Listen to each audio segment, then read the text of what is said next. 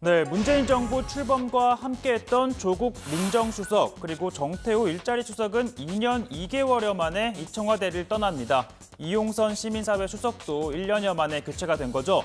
문재인 대통령이 노무현 정부 민정수석으로 재임했던 2년 4개월을 넘기면 불충이라고 했던 조 수석. 결국 그 전에 자리에서 물러난 겁니다. 자, 조 수석, 존경하는 대통령님을 보좌했던 일은 경무였지만 영광이었다라는 퇴임의 변을 남겼습니다. 대통령님의 비전, 의지, 인내, 결단 등을 가까이서 목도했던 경험은 평생 소중히 간직할 것입니다. 민정수석으로서 촛불 명예혁명의 시대적 요청에 부응하기 위하여 법과 원칙에 따라 좌고우면하지 않고 직진하였고 소기의 성과를 거두었습니다.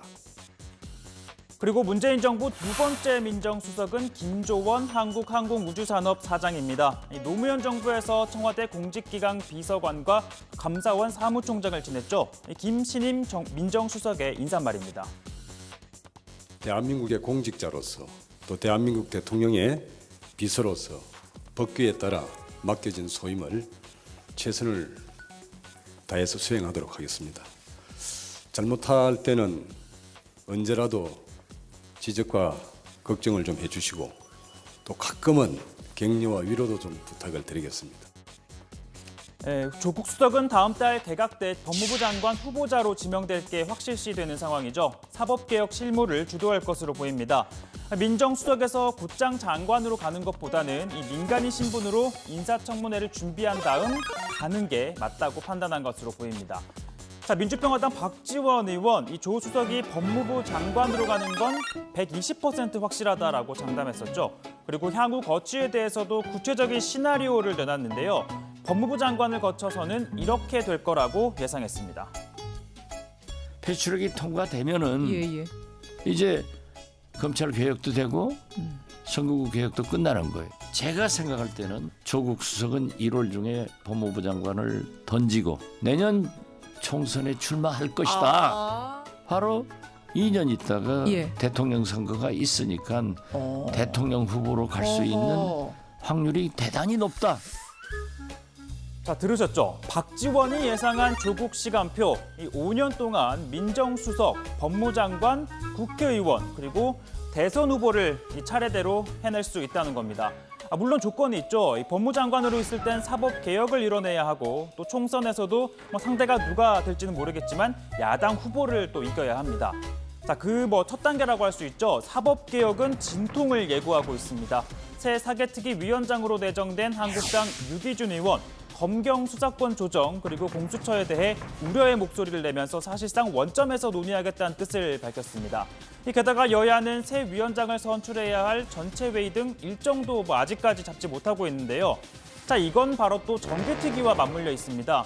한국당은 선거법을 다루는 1소위원장에 대한 결론에 따라서 사개특위 일정 논의하겠다라는 전략 세운 것으로 전해지고 있는데, 자, 한국당 이 위원장을 민주당이 가져갔으니 소위원장은 자신들의 몫이라며 장제원 의원을 내정했습니다. 하지만 민주당은 기존 구성대로 가야 한다는 입장이죠.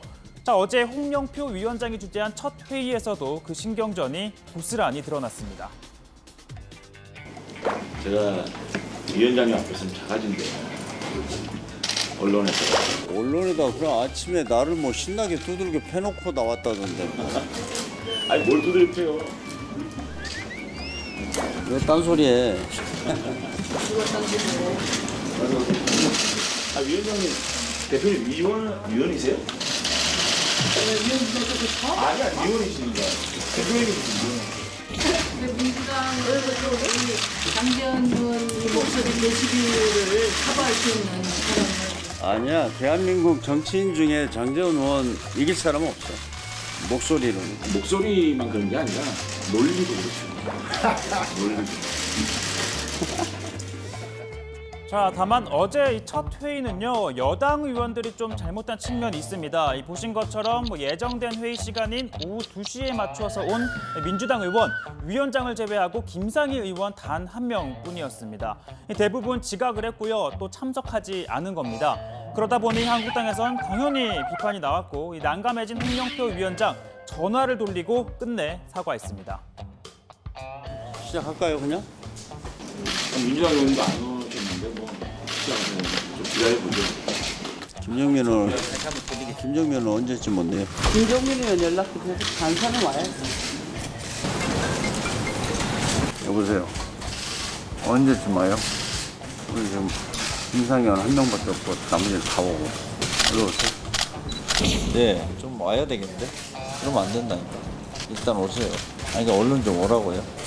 이게 지금 정치개혁특위를 바라보는 여야의 확연한 모습인 거예요. 이게 민주당은 관심이 없는 거예요. 일단 계속 떠났으니까. 더불어민주당 의원님들 출석이 제대로 안 된 것에 대해서는 제가 좀 사과의 말씀을 드립니다. 네, 우여곡절 끝에 회의가 시작이 됐지만 이 소위원장 문제는 합의하지 못했습니다. 결국 여야 원내대표들의 논의에 맡기기로 했는데요. 마침 오늘 한국당과 바른미래당 7월 임시국회 소집 요구서를 함께 제출했습니다. 민주당도 추경안 처리가 시급한 만큼 일단 여야가 한 발씩 물러난 이 카드를 갖고 논의 테이블에 앉을 것으로 보입니다.